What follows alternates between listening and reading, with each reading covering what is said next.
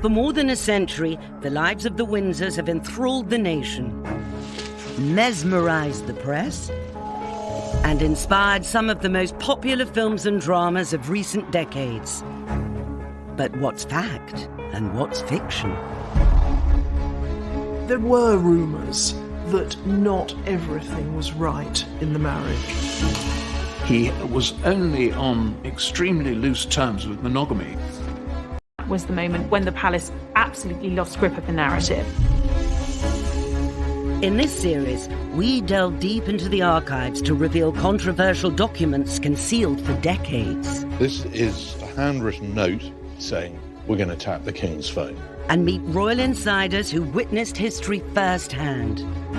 She steps out and we realise this is a horror story. I'm about 4 feet from the princess. It was the first sign something was wrong. In this episode, we look at the perpetual conflict for the royal family between love and duty. One of the hardest challenges of being royal is marriage. You're not just marrying a person, you're marrying a job. There is this added component, there is this duty thing. After the fairy tale wedding comes a reality which has seen 3 out of 4 of the Queen's children divorced. We were living a lie. The marriage was pretty much dead. The Queen and Prince Philip, however, have reconciled both love and duty. It has been the great royal love story. He calls her cabbage, for goodness sake. 72 years is a very, very long marriage. But what Prince Philip said, I think, is the key, which is tolerance. But will the next generation be able to do the same in the pressure cooker of the modern monarchy?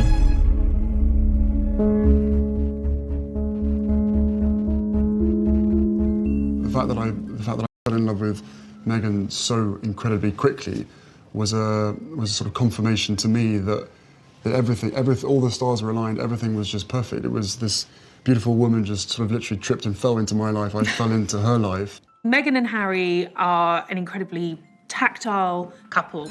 There's a lovely chemistry between them, and without a doubt it has increased Harry and Meghan's popularity. You know, they suddenly seem more real than royal. Love has never seemed more important to the royal family's popularity, but it's only part of the picture. I know the fact that she'll be unbelievably good at the job part of it as well is obviously a huge relief to me, because she'll be able to deal with everything else that comes with it. I really believe that William and Harry have learnt a lot of lessons from watching their parents' marriage. Diana told William and Harry to marry. William is completely devoted to Kate. They're clearly very much in love. They make a great team. I mean, the big difference was that William knew Kate before they married one another. They were at university together. They shared a house together as flatmates before they started going out, so there was a long courtship. And I think that she'd been sort of inducted into the family and knew what she was getting into. Harry's marriage to Meghan was more of a whirlwind affair. Here is Prince Harry. He's married an American, he's married a divorcee, and without a doubt this has been a very fast-moving royal romance. Yes, behind the scenes there were some questions being asked, just to make sure that Harry was sure, because of course, you know, divorce is something that has tainted the House of Windsor. The spectre of divorce has been hanging over the Windsor dynasty since 1936, when Edward VIII chose love over duty and abdicated rather than give up Wallis Simpson. The same loyal welcome, the amazing scenes of enthusiasm that mark him as undoubtedly deserving his well-earned title, the most popular man in the world. Despite his huge crowd appeal, Edward VIII was behind the scenes obsessed by Mrs. Simpson. Wallis Simpson was an American adventuress, in the words of Queen Mary. She absolutely captivated, entranced, bewitched him. Even though Wallis was still married to her second husband, the king was determined to make her his wife. This put him at loggerheads with the Prime Minister, Stanley Baldwin. He said to Baldwin that he was going to marry her, and Baldwin said, well, look, this simply isn't on. Parliament won't wear it. The king responded that he would marry Mrs. Simpson without government approval and, if necessary, abdicate. What Edward VIII did was to say, I have to be with the woman I love, and that takes priority over everything.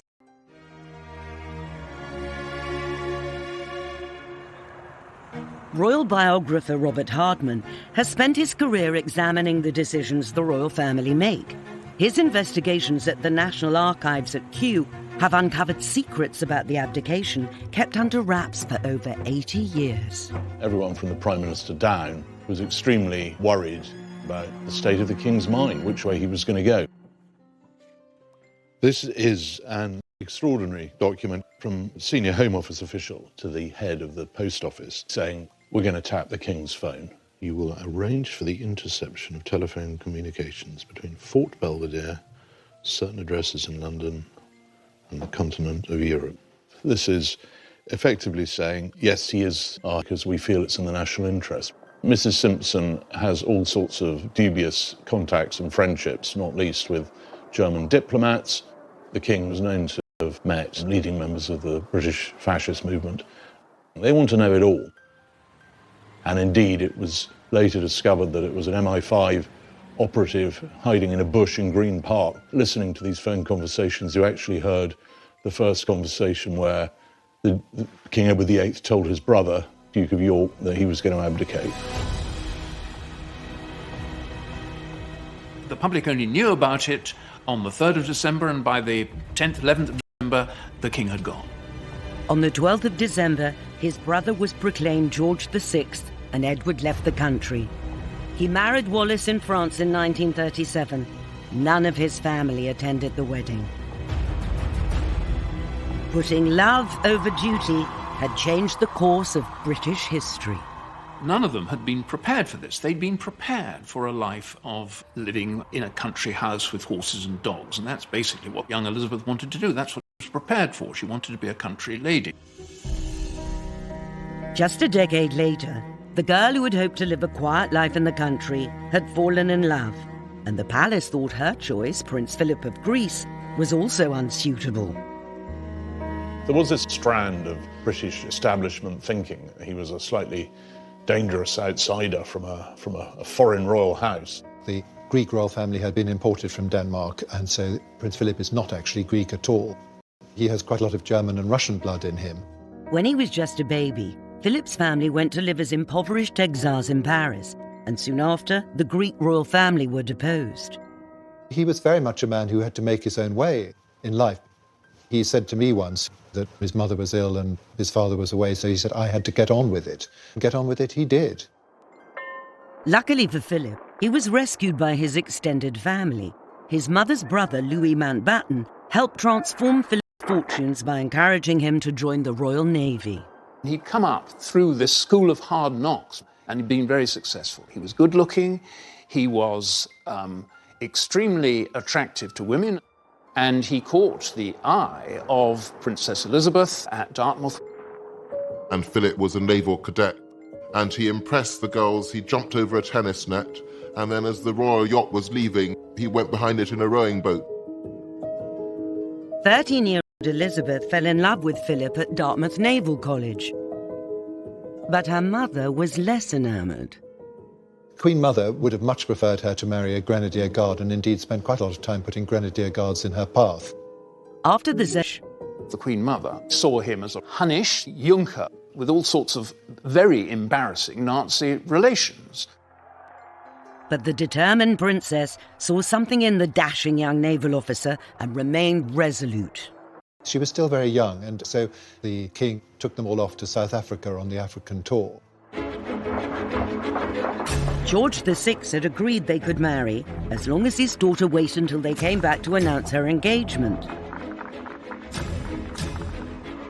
One of the most welcome features of the royal train which transported the family across South Africa was the post office carriage with its telephone exchange. A vital lifeline to Philip. She was strikingly in love with him and made it clear.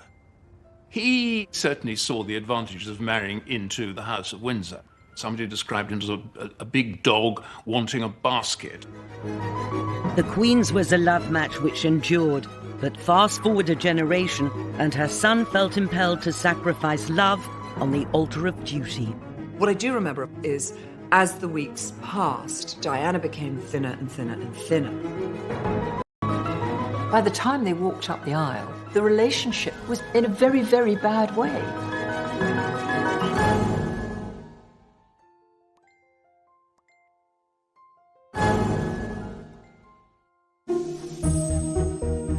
In 1980, Prince Charles was 32, and the pressure was on for him to marry and produce an heir.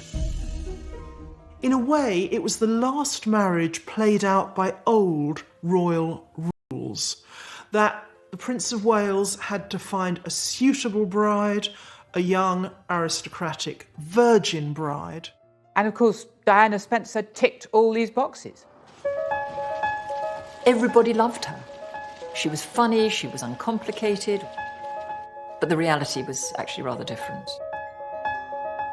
It was the most curious engagement, really. They didn't know one another. Diana was taken out of her lovely flat which she shared with bubbly girls, and she was given a suite of rooms at Buckingham Palace. And the perfect girl Charles thought he was falling in love with was much darker and was much more moody. And by the time they walked up the aisle, the relationship was in a very, very bad way. An interview filmed on the eve of the wedding exposes the state of their relationship. What sort of reactions have you encountered to your marriage? Oh, the most overwhelming and touching reactions as far as we've been concerned. There's your vows. That's the most personal moment. And hardly any sort of eye contact. Is it going to be that for you, even though you know the eyes of the world are watching you at that very important moment? Well, I hope so, yes. I don't know about... People often say, why did Charles not marry Camilla when he had the opportunity? When they first met, when they were young, both were single. But Camilla was in love with Andrew Parker Bowles. Charles, I think, fell very much in love with her. But actually, he didn't ask her to marry him. But I don't know that she would have accepted if he had done. Charles always said that when he married, he would marry with his head and not his heart. And that, I think, was a hangover from the lesson learnt from Edward's abdication. It could not be a passion that swept him away. I suspect they quite quickly found that they weren't ideally suited to each other, but unfortunately the world had fallen in love with her.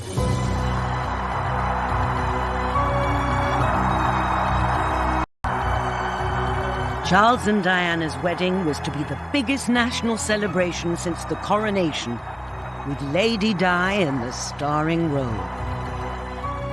Everything was huge about it. St. Paul's, because it could take this enormous crowd. A wedding dress that practically covered the steps. Was the sort of surrogate love affair for the nation. It seemed to be a completely romantic wedding. Of course, we didn't know what was going on behind the scenes.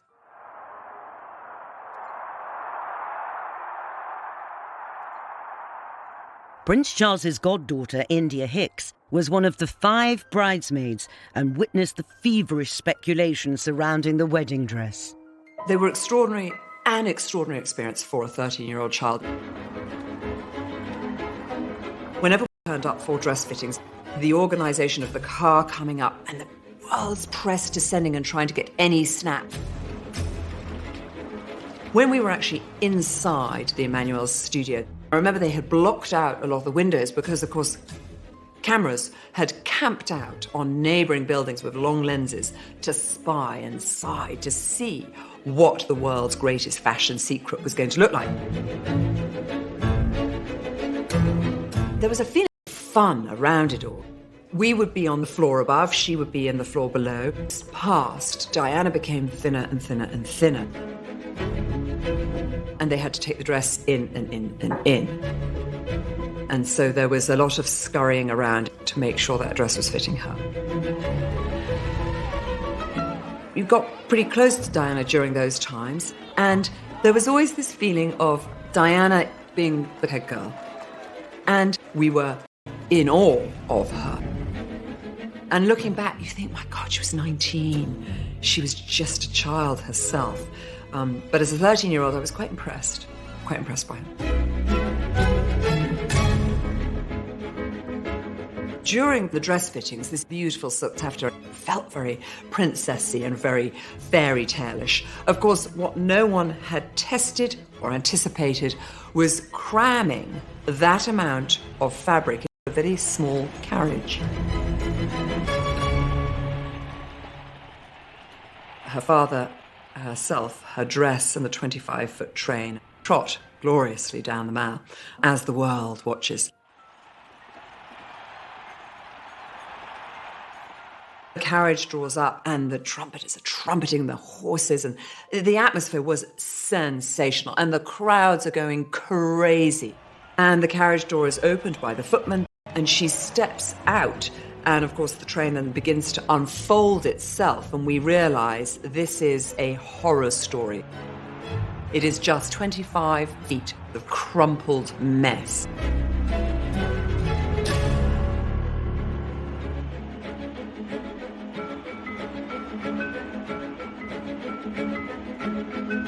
And so Sarah Armstrong-Jones and I just set to work, and really all you see of me is my bottom in the air.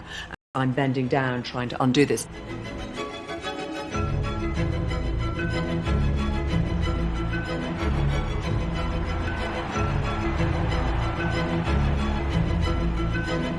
There was a great ball afterwards at Buckingham Palace, and I was so excited. That was going to be my first ball. And after Charles and Diana's wedding, we went home, and I lay down for a moment, just a moment. And I woke up to discover my whole family had gone to the ball, and I had been left alone in the house. I was livid. I was so cross. Why had they not woken me? And my mother thought, oh, she's so tired, we'll leave her behind. I thought, bloody hell, I've missed the ball.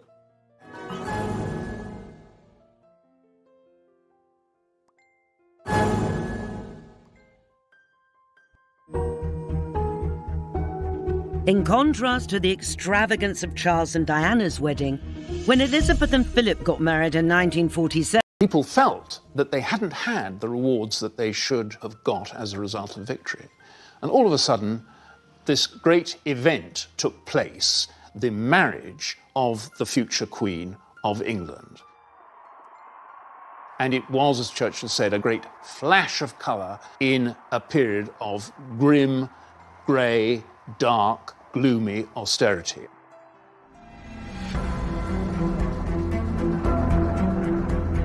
People are standing in queues, rationing. People really have not enough to eat. in keeping with the straitened times, the Prime Minister refused to make the wedding day a national holiday. The royals themselves wondered whether a private ceremony out at Windsor, maybe, would be more appropriate. Robert Hardman has sifted through dozens of documents at the National Archives that show a government determined to economise. It's 2 years after the end of the Second World War. The country's broke, and there's no money for anything. And what you see here is the extraordinary extent to which the government is going to try and scrimp and save on everything. This is October, 1 month to go, and the Palace are finally approving a press stand, £275, 6-foot red carpet from the west door to the Sacrarium steps. There's a debate going on about whether they're going to have new blue carpet in Westminster Abbey for £100, although there's a second-hand red carpet that might be used, which would be £83, although someone else has found another red carpet that might do for £75. While other couples couldn't afford to get married, there were inevitably concerns about wasting money. Here is a letter of complaint from a branch of the Labour Party saying there can be no undue expense on anything. This has got to be an austerity wedding. Intolerable for any substantial quantity of labour or materials to be diverted. Justified indignation. The British people will be discouraged in the immense efforts that they are making towards our economic recovery if this wedding is made the occasion for displaying a vast inequality of sacrifice. But in the end, the public didn't have the appetite for a wedding done on the cheap, and they wanted to play a part in making it a day to remember. Wedding gifts were sent from all over the world and displayed at St James's Palace. And huge numbers of people turned up to see them. A lot of people abroad thought Britain was starving, so a lot of people sent the princess food. She received something like 500 tins of pineapple. A lady in Brooklyn sent a turkey. She also received 148 pairs of stockings. And a couple of kittens sent by a pair of district nurses. Clydebank Council decided it'd be a good idea to send her a sewing machine. Oh, and Gandhi sent a tray, famously mistook it for a loincloth and complained about the indelicacy. Hundreds of sympathetic women across the country sent in clothing coupons for the wedding dress. Designed by Norman Hartnell, it was an exquisite austerity miracle, complete with 15-foot train. Oh, look at all that. I love the dress. It was beautiful sort of satin, and I think there was a huge lily somewhere, and it was embroidered with sequins. I just remember it being lovely for her. Lady Mary Coleman is the Queen Mother's niece and the Queen's cousin. She's never spoken about the Queen in public before. Now, at 87, she's agreed to remember that joyous day back in 1947. We were 14, my twin and I, and we were at boarding school. And the thought of coming up to London was dread instead of excitement, because it was sort of unknown. I remember the whole thing, the crowds, they were just so enthusiastic. You just gasped when you saw them all waving their flags. And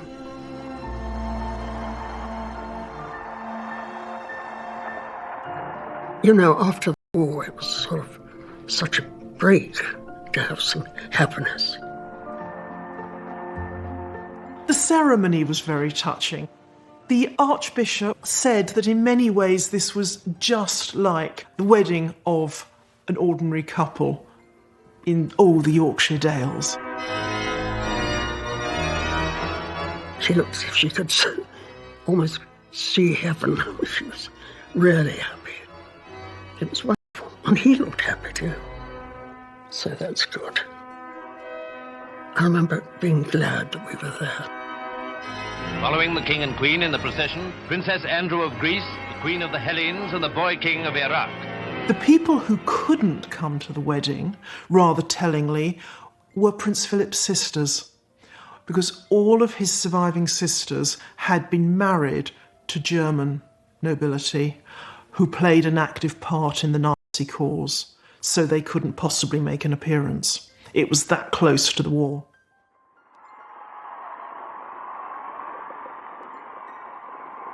There was a great feeling of euphoria suddenly, a release of tension, a feeling that things could only get better. Seldom has a bride and groom as a nation instead of looking back. And it was a turning point for the monarchy, no question.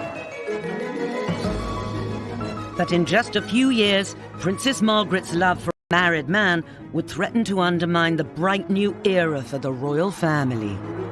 People were very shocked. They felt he'd taken advantage. The Queen's private secretary said to Townsend, "You must be either mad or bad."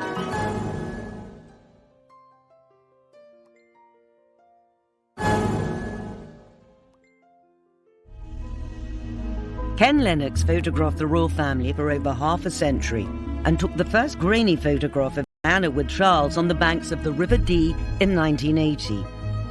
He got to know Lady Di trying to capture her on camera outside her Earl's Court flat. I couldn't give away photographs of the royal family before Diana came on the scene. When Diana came along, all that exploded. Ken was to photograph the princess for the rest of her life. This is the honeymoon photo call. The couple walked up, sat in a little stile, and really full of affection. They answered questions, and they were hugging in front of the cameras. We'd never seen royals doing an official photo call like that. But there's not only an age difference, but there's a mind difference between the way they thought life should be. Prince Charles worried about so many things, and Diana was young and wanted to have a young woman's life, and I think Charles found that quite difficult. I think that Diana was genuinely genuinely in love with Prince Charles at the beginning, but Prince Charles didn't respond. I think they were incompatible characters, was the basic problem. Ken was part of the Royal Press Pack for their first overseas tour of Australia and New Zealand in 1983. Before Diana came on the scene, it was Prince Charles was the most photographable royal. He was Action Man, and there was choruses of girls crying out for him. I felt sorry for Charles now, because no one wanted to see him. This time, Charles would work one side of the street and Diana the other, and Charles, they would just say to him, "Sir, can you get your wife to come over here?" And from being Mr. Popular to Mr. "Please, can you bring your wife over here?" It was not a happy situation for him.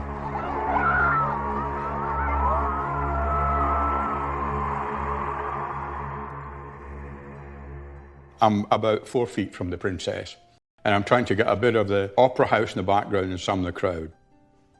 And Diana burst into tears and wept for a couple of minutes.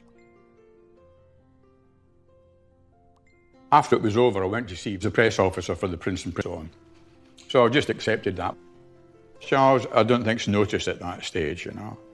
If he has, typical Prince Charles to look the other way. But it was the first sign of something was wrong. And we then began to see other things happening later on. You could tell by the mid-80s that things were not particularly good. It wasn't hostility, but it was just the sense that everything wasn't right. The idea that there could be actually anything seriously wrong with the marriage was unthinkable. It had to work, and it was our job to make it work, or at least appear to work. Patrick Jevson was equerry and private secretary to the Princess of Wales for 8 years, with responsibility for her household, and he witnessed the problems that were not yet apparent to the public. As professional royal performers, they were unbeatable. But behind the scenes, it was quite different. They didn't talk to each other. There was the minimum of eye contact. They were short-tempered with each other.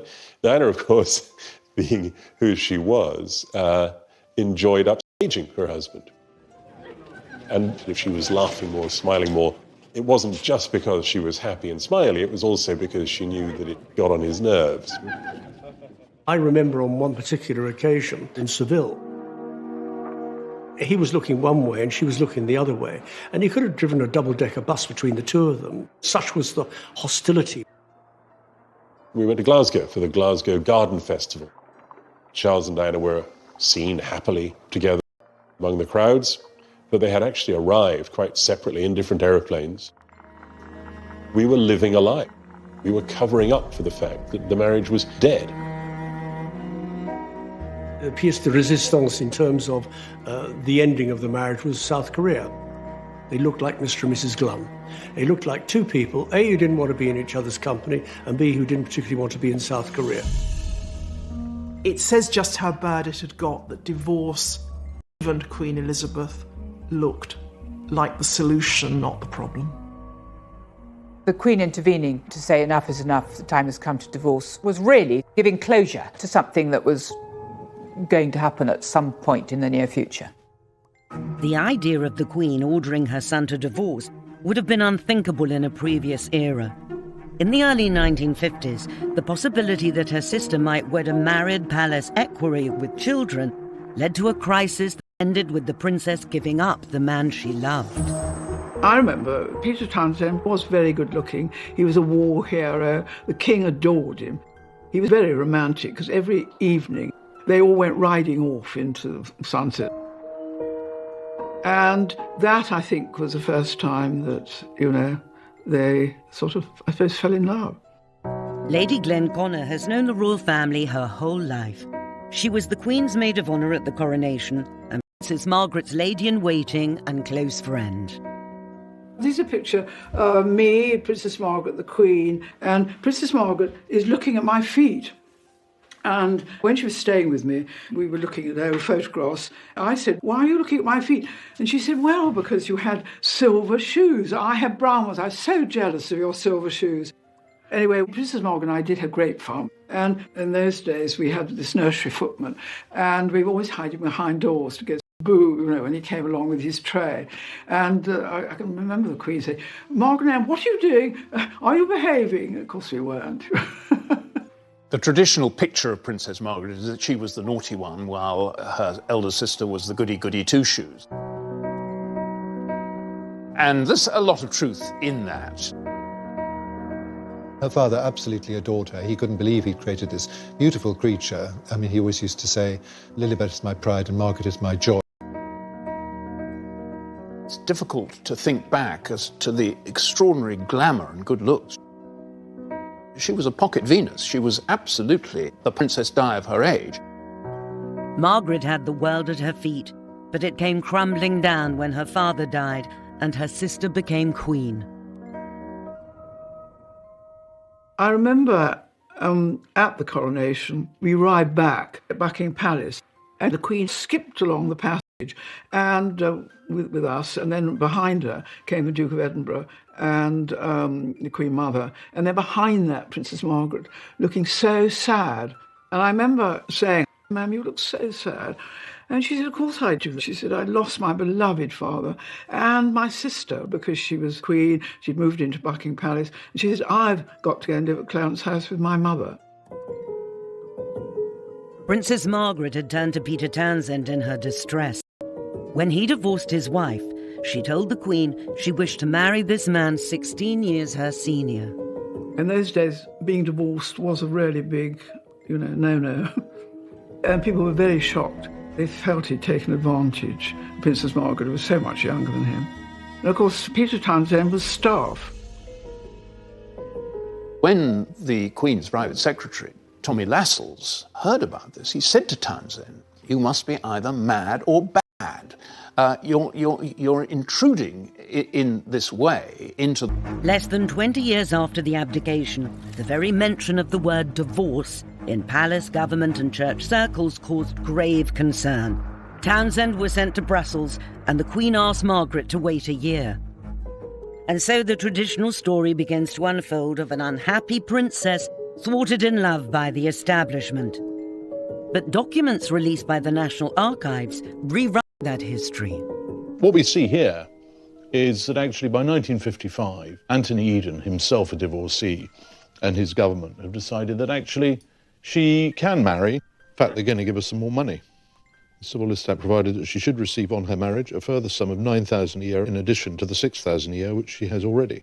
This is the government's plan in the event that Princess Margaret and Group Captain Townsend are going to get married, and she would have been aware of this. Ministers understand that it is Princess Margaret's wish, despite her renunciation of her right to the succession, she should continue to live in the United Kingdom and to carry out her public duties as a member of the royal family.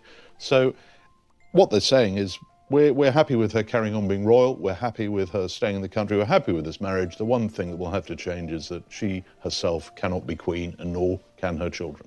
Life would really not have changed very dramatically at all for Princess Margaret. But what we do know from other correspondence in this file, including a remarkable letter from the princess herself, is that it wasn't a sort of crazy love affair by this stage. This is the princess writing to the Prime Minister. It's a very honest letter. It's really rather touching. She's saying, "I'm not going to see him during this time, but in October I shall be returning to London, and he will then be taking his annual leave. And only really then can I make up my mind." She says here, "It's only by seeing him in this way that I feel I can properly decide whether I can marry him or not." And I think inevitably, here's a young woman who was initially head over heels in love with this man, but possibly after all this time now, having had all these people poring over her relationship, maybe it's started to rub off. Maybe she's started to think, you know what, I'll think again. Within a couple of months, the couple would have made up their mind, and the princess issued her famous statement, say, mindful of the teachings of the church, she's not going to go ahead with it. It doesn't happen. Some people absence makes the heart grow fonder, but I think it does make you think exactly what you're going to give up. I think during the wait, she started to enjoy herself again, her friends rallied round. I think, personally, if the king had lived, she would have married somebody more suitable. And I did once ask Princess Margaret about her set. Among all of them, who would you might have married? And she said, Sonny Bamford. more suitable. She would have had a palace, of course. The demands of the crown would not only pit sister against sister, but husband against wife. He wasn't even allowed to call his children by his own name. He became emasculated. Really sounds as though it threw him into something like a depression.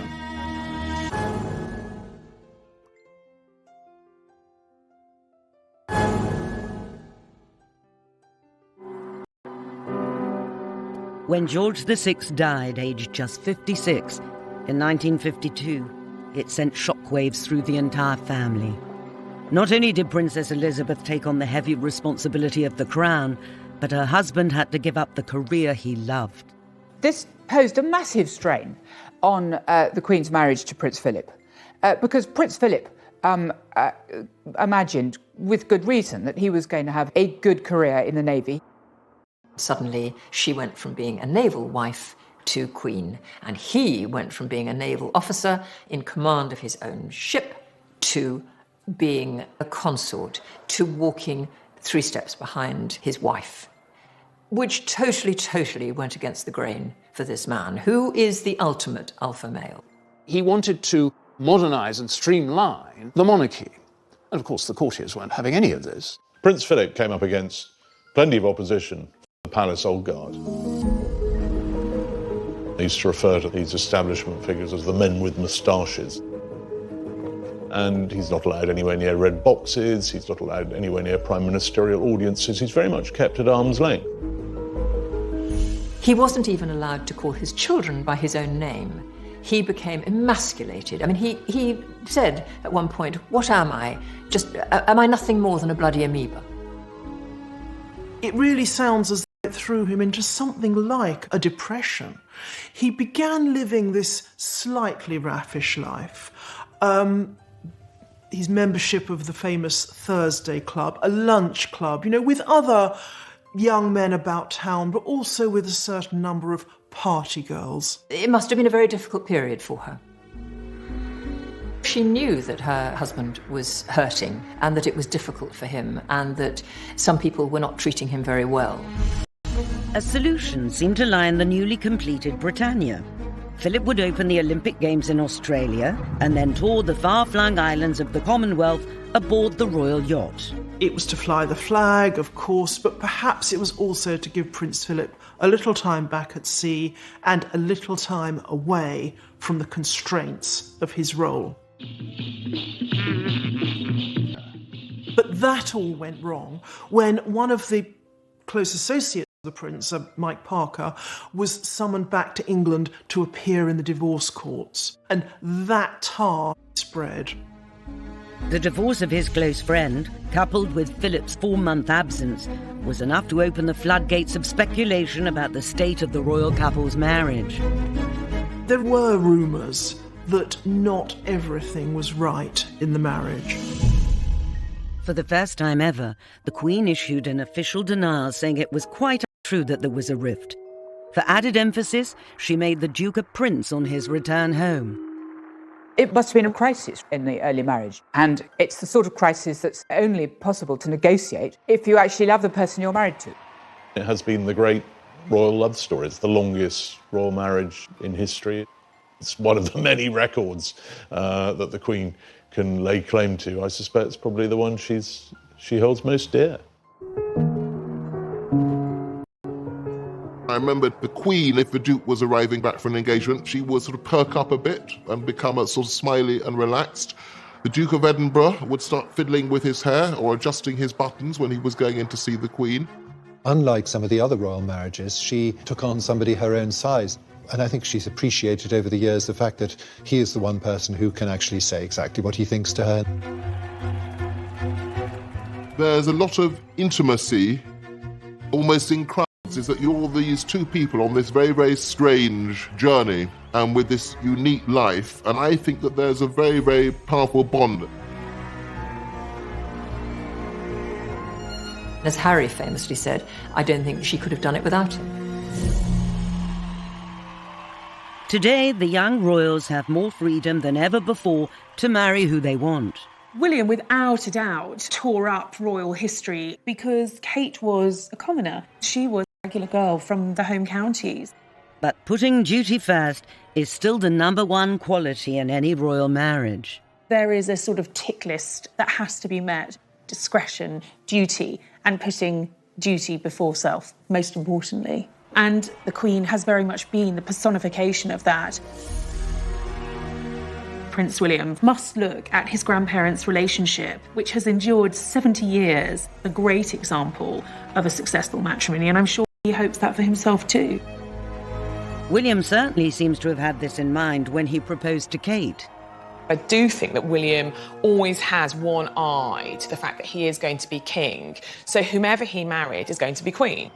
I think it helped that Catherine was a personality who is quite publicly put wrong, does she? Prince William lives next door to me up here. I see them shopping. Duchess of Cambridge has done a really good job.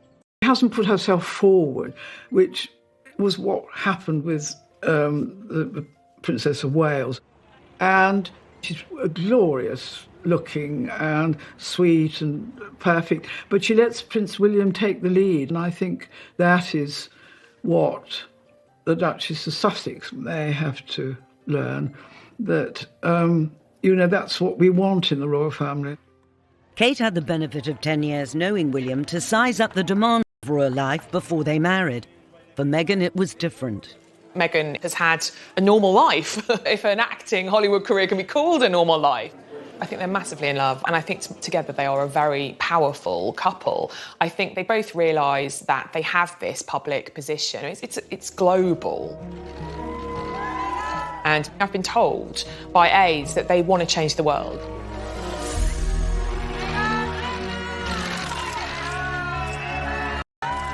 I think the challenges for the Sussexes will be balancing that sense of duty and the life they want as private people, as a family. Like the Queen, both William and Harry have chosen partners who are their equals. Women they love, but who share their vision for a relevant monarchy that's a positive force in the world. But the challenge remains. Will they be able to live with the conflicting demands of love and duty? Only time will tell. Next time, another difficult marriage between the royal family and the press. Stay there! Stay there! Meghan felt from an early stage that the British press was out to get her. Suddenly she thought, this is a lie. She had no sense of self-preservation, let alone decorum. They said they'd pictures, and I agreed to pay close to £1 million.